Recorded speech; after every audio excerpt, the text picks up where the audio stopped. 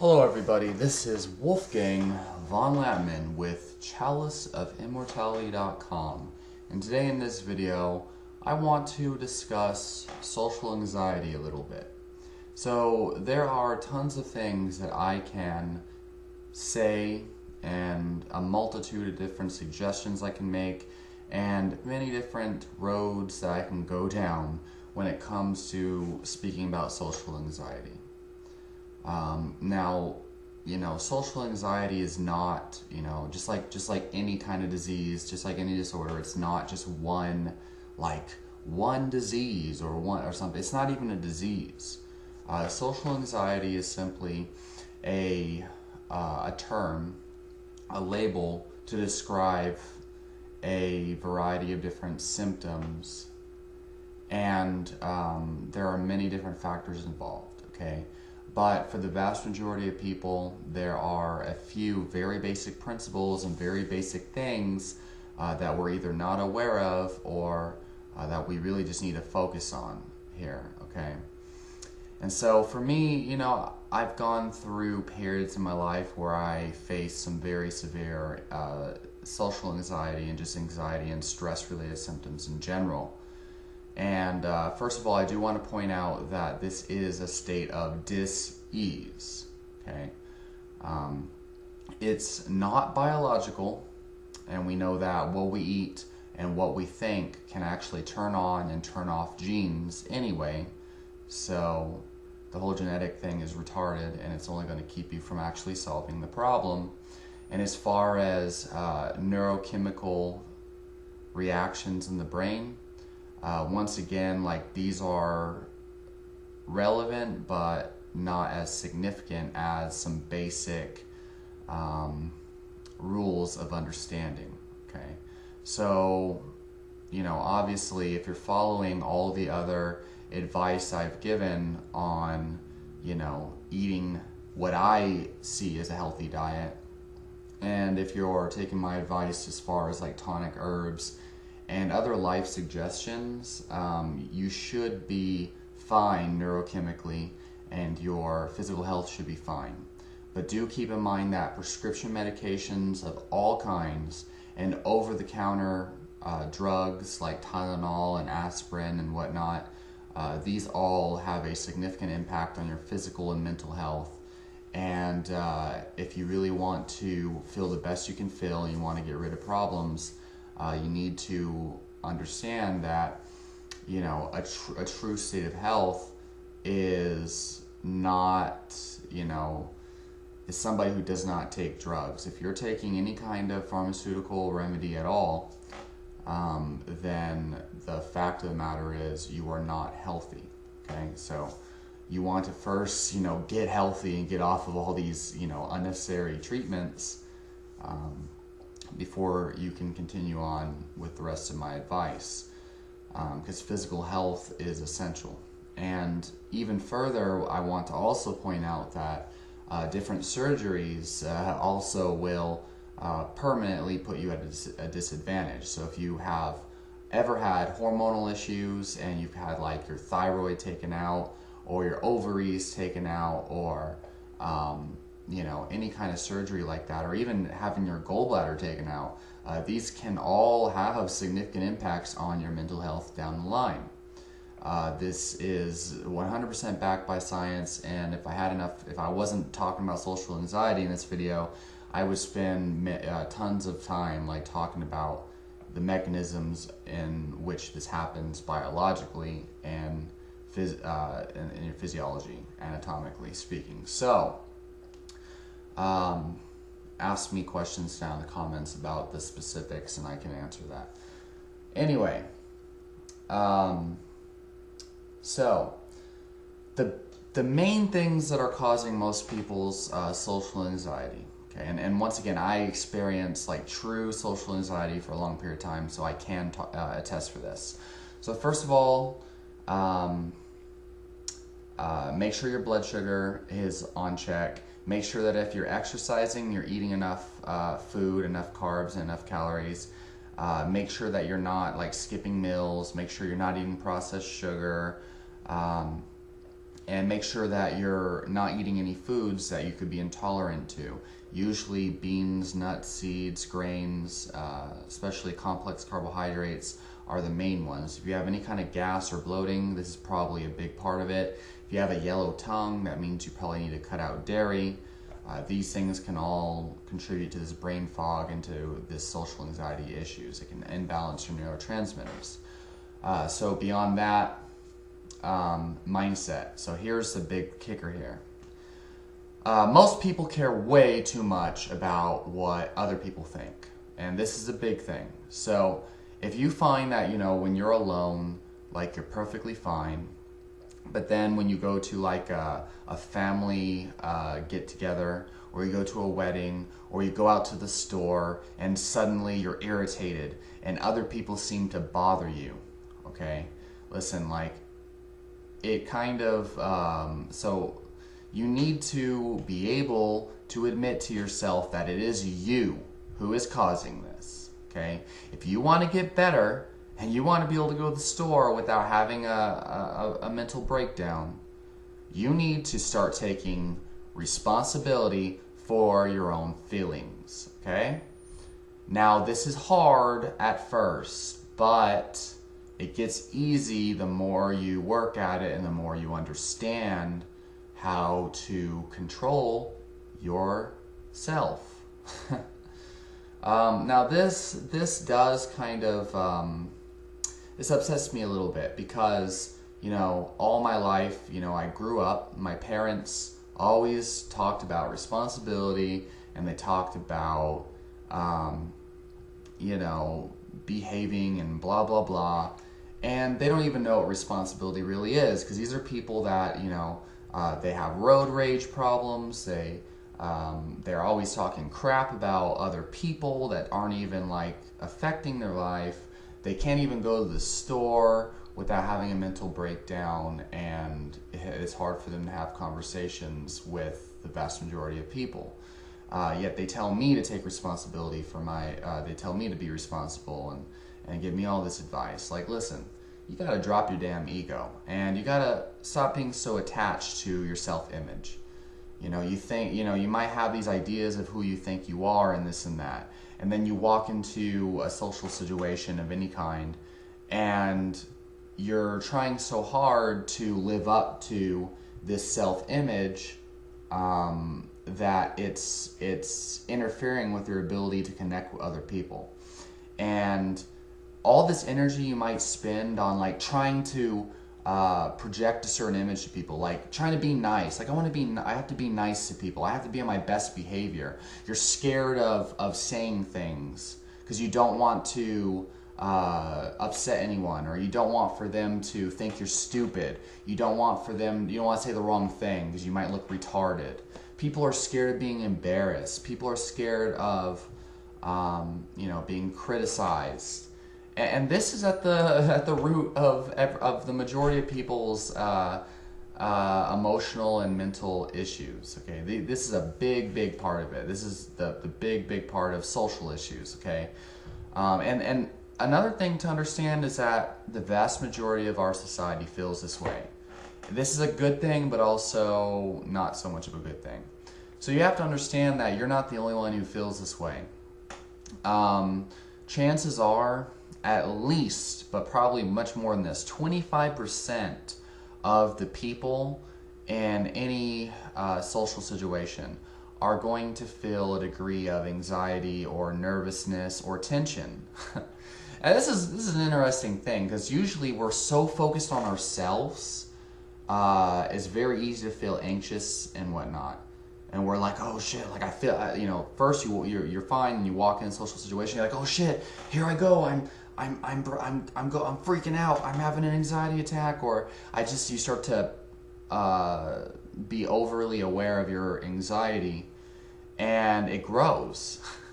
The funny thing is, though, if you could just take your attention off of your own anxiety and off of your feelings and off of yourself and what you're thinking, get out of your head and start to focus on the other person. Just observe their facial expressions. Watch them and listen to them almost like you're listening to a movie. and try to understand what they're saying when they talk. Or if they're not talking, you could just look at them, you know. You could just observe their body language, and based on their body language, you could tell, are they anxious, are they stressed, you know, and that will take your mind off of your own anxiety, and that will also help you to know how other people are feeling, so that if they are angry at you or something like that, you'll automatically be able to tell, and you can simply, like, you know, back away from them or get away from that situation and let them be angry, and you'll be okay. And beyond that, you know, understanding that not only are you responsible for your feelings, but they are as well. So, like, if you're at a family get-together and your mom is angry at you, like, listen, I know that all your life your mother has blamed her anger on you, and her mother has blamed her anger on her. You know, our parents blame their anger on the child, and they tell the child to behave, to act the way we want them to act, right? You know, that's what behave means. That's what be nice means. Obey my commands, you know. But that's not responsible. That's an irresponsible adult. Like, oh, I'm so angry. My child is frustrating me. This is where, you know, we're programmed to, you know, live up to other people's standards of how they think we should act, because they are projecting their feelings onto us. Like, oh, you're causing my stress. You're causing my dis-ease, my discomfort. The fact is, they are responsible for how they're feeling, okay? And so are you. So when you go to a social situation and you realize, you know, my anxiety is a figment of my own imagination. My anxiety is inside of me. You know, it's not out in the outside world. You know, your anxiety is literally being created inside of you. It is only you can feel your anxiety. Other people can kind of vibe off of it, but you're the one who's it's really real to you. No one else really. It's not real to anyone else the way it's real to you, even though some people can feel anxiety in the room.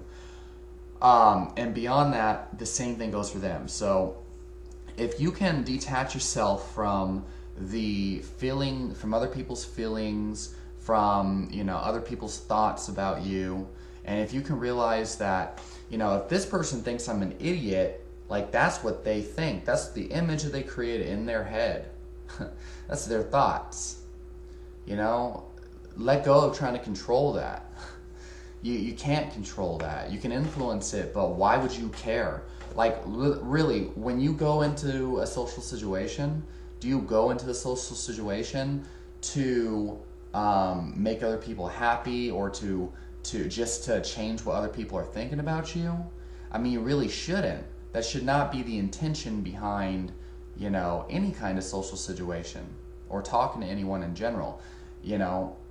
So if your intention is not to, you know, change what other people think about you, then what is your intention? Why do you even go to this social situation? And you should really start to contemplate that. So, you know, because as long as you're focused, as long as you're constantly aware of, like, why am I even here? Focus on that. And then anything secondary to your goal with the social situation should be outside of your focus. So, for example, you know, we all have family get-togethers that we're invited to. We don't have to go if we don't want to. But if you know, like, let's say, my mom is having a Thanksgiving dinner, and I go over to my mom's house. You know, in the past, there used to be a lot of tension because I just didn't care about anything these people would say. They always talked about a bunch of bullshit, like, you know, they cracked a bunch of poop jokes and toilet humor, and it was annoying to me. And the fact that, you know, I was annoyed by these things, it grew tension. And inside of my brain, I was criticizing them for it. And I was like, oh, like, these people, you know, such simpletons, like, you know, lower consciousness or some shit would be going on inside my head. I'd be judging them. And the funny thing is, these judgments were not allowing me to relax and was actually stressing me out. And every little chance I got, I would try to like tell them like, hey, you know, like maybe if you didn't drink that soda, you know, you wouldn't have blood sugar issues. Like, you know, oh, you're on all these medications and you're crying about your problems, but, you know, why don't you fix them and this and that? Or, you know, like, you know, whatever it might be. Every chance I got to criticize them, I would take it. And I didn't realize it, you know, but that was unhealthy. And I was literally trying to control these people. And that was causing a lot of tension. And I was judging these people, which caused a lot of tension. And the more I like judged them, the harder it was for me to exist around them. And basically it just caused me a lot of stress, and I was creating it. You know, and then beyond that, the question you should ask yourself is, why am I even here? Like, I'm here because, you know, it's my family and, you know, I just make an appearance so they know I care or whatever. Well, if that's the case, just be there for like an hour and then leave. You really have to take care of yourself. Like, why the fuck would you put yourself through, you know, anxiety and discomfort if it's not benefiting you, and it's probably not benefiting them either. If you're feeling like shit and you're feeling social anxiety, you're probably not doing them a favor by staying there. You know, if you have plans with somebody, you know, at 5 p.m. and you're all anxious and you're like, oh, I don't know if I can make it, I'm gonna have to sacrifice food, or, you know, I don't like driving in rush hour traffic, you probably just shouldn't go. Like, it's not going to do you any good. The other person probably has something better to do, and that's okay. So, I mean, you know, a lot of this is just too much effort for the wrong reasons and caring about things that don't actually matter. And, you know, like, oh, if I don't show up to this date or whatever, the person's going to hate me. Like, listen, that's actually, it couldn't be farther from the truth. You need to take care of yourself first and foremost. And you need to take ultimate responsibility for your own life. This is the ultimate freedom here. It's crazy because we're taught our entire lives, like, you know, that everything outside of ourselves is responsible for our problems. And we're taught that we have to make other people happy, you know. We have to, you know, go through with our plans, be there on time. We can't act in a certain way, and this and that. And this is really what it is. Like, a lot of people might think, oh, like, that's nonsense, that's not significant enough. Like, no, this is a problem for most people, and it's just so obvious that, you know, people can't believe it. And the fact is, it may sound easy, but it's not. If you just start to really like focus in on this and try to fix this fundamental issue, your social situations will change. And then, of course, you know, looking at who am I hanging out with? Like, a lot of the problem is that, you know, see, if you're a child and you're living with these people, I'm sorry, but you're gonna have to deal with it until you're old enough to get out of it. But my suggestion for the most part is, don't hang around people that piss you off. And this is why I quit Facebook, is because everyone's posting stupid shit and they don't care about like actual facts, and it's irritating. You know, you should work on yourself in order to get the things you want in life. Part of it is that, you know, we need to improve our social skills to get the friends we want, because, you know, friends with high values or, you know, goals in their life and whatnot, they're not going to want to hang out with you if you're a loser, or, you know, whatever it is, if you are lazy and aren't achieving goals and aren't on a path of self-improvement. You know, let's just say lazy people want to hang out with lazy people, and motivated people want to hang out with motivated people. And if you're just a naturally lazy person, or whatever you want to call yourself, and you're trying to hang out with a motivated person, you're probably going to be like frustrated by their motivation. They're going to be all determined, trying to motivate you to achieve your goals, and it's just going to frustrate you and bring you down. And so my recommendation, because I'm the motivated person, you know, I always try to bring my friends up. I give them criticism. I say, hey, listen, you always talk about all this bullshit you want to do in your life, but you never take action. You know, you bought $2,000 worth of video equipment and you haven't even posted a video in a year. What the fuck is your problem? Like, you gotta distance yourself from people that piss you off consistently. But the thing is, you don't want to be a loner. You want to fill your life with meaningful activities, and that will help you find yourself. That will help you build yourself and build your own life. And then when you're building your life and you're on this path of achievement, by achievement I mean you're accomplishing meaningful things to you. Because money only matters as much as it can support you. But meaningful activity of all kinds, that's what people are always wanting to strive for. All right? Money being an illusion and all this bullshit, don't worry about that nonsense, okay? That's not going to benefit you at all. It's going to seriously, fuck all that. That's not even important. What's important is meaning, okay? When you're fulfilling meaningful things in your life, you're going to also attract meaningful people to you, okay? And it's very important that you have meaningful activities in your life, because that should stay with you for a long time. When you're in a relationship, don't make the mistake of making that person the center of your life, because that is going to feed this social anxiety, and it's setting you up for serious midlife crisis and heartbreak.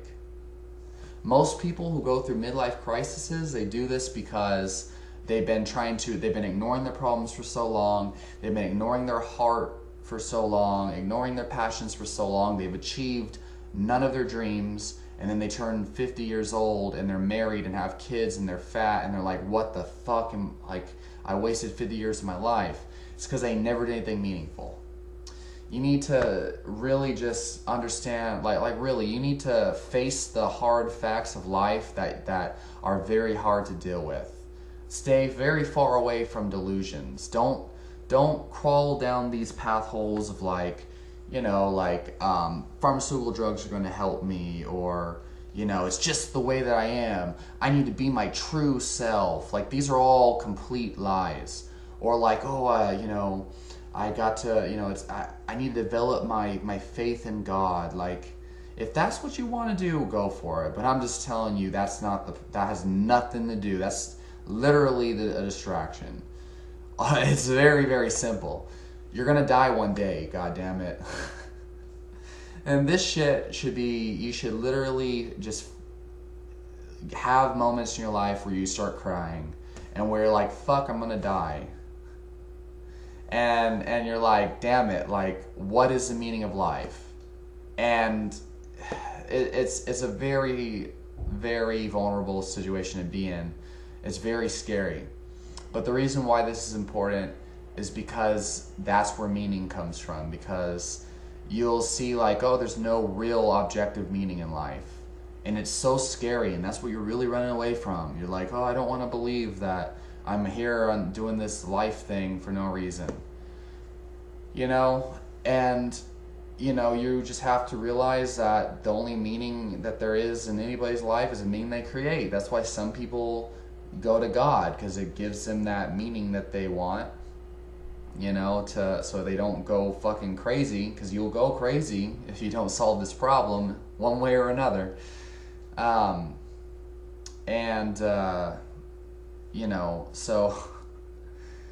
This will not only help you start to find meaning in your life, but meaning in your relationships. You'll start to be like, fuck, man, if there's no objective meaning in life and I'm gonna die one day, why the fuck would I really care what other people think about me? We're all suffering the same fate eventually, and you'll really, and it's hard because you'll see other people acting stupid and racing to work and shit. Everyone else is in an anxious frenzy because they're taking everything so seriously. oh, my job, what is this girl said about me, my boss said this about me, my family, and they're so stupid, and this person's so dumb, and blah blah blah. And like at the end of the day, it doesn't matter. It's crazy. So, and this is what real enlightenment really is. But I know I'm going all over the place, and this is like super deep. But I really feel like everyone is beating around the fucking bush. These simple things, these obvious fucking things, so transformative. No one wants to face them though, because they're fucking scary. Everyone wants to take pills, and they want to breathing techniques, and it's like, god damn, man. Wow, we're so fragile. And we are, and I am too. And even I start to I don't know, I have breakdowns because of this, but I'm not scared to cry in public. I'm not scared to, do anything. I don't care, because I know that it doesn't matter, and I think that it's retarded for, to really place a whole lot of value in other people's thoughts. And so for me, like, what's meaningful to me is going through this life experience and, seeing all these things and then sharing it with other people, because it's fucking hard, man. Because, these situations in your life right now, it's like, this is where you're at. This shit is hard, and it'll consume you. You've got to fix it. Okay? You've got to fix it. I feel strong empathy because I was there. And to me, this makes me feel good. This makes me feel whole. Maybe there's no meaning in life. Maybe I'm going to die one day. But the least that I can do is help other people to climb out of their own issues and relieve some suffering, and just by sharing my experience. At least then, my experience will really matter. I guess to some extent, but whatever. So I strongly feel like all of this shit really, really will help. I'm sure for a lot of people, they might be a little bit too, their understanding of life might be way too small to really, see value in this. It's unfortunate, because this is strong shit. When you start to see how small you are, you start to see how small these problems are, and they kind of fade away. So fuck all that shit, it doesn't matter what other people think of you. Social anxiety is mainly a product of that. So, let this shit soak in, because it'll change you over time. You may not believe in this right now, may not resonate with you right now, but over time you'll see this. Most people aren't aware of how much other people actually influence them. And beyond that, it's just habits, really. Constantly exposing yourself to social situations, your interpretation of other people will change, and your understanding of yourself will change. That's why people say always just keep hanging out with people, keep exposing yourself to social situations, because you'll start to cope, and you'll start to learn how to deal with it over time. And then of course pornography and Facebook. If you remove those things from your life, it'll definitely help. But you gotta, replace that with meaningful activities. So yeah, leave your questions and comments down below. I have lots of different methods, but this is the most important thing, the easiest way to do it. It's just the most scariest. So yeah, talk to you soon.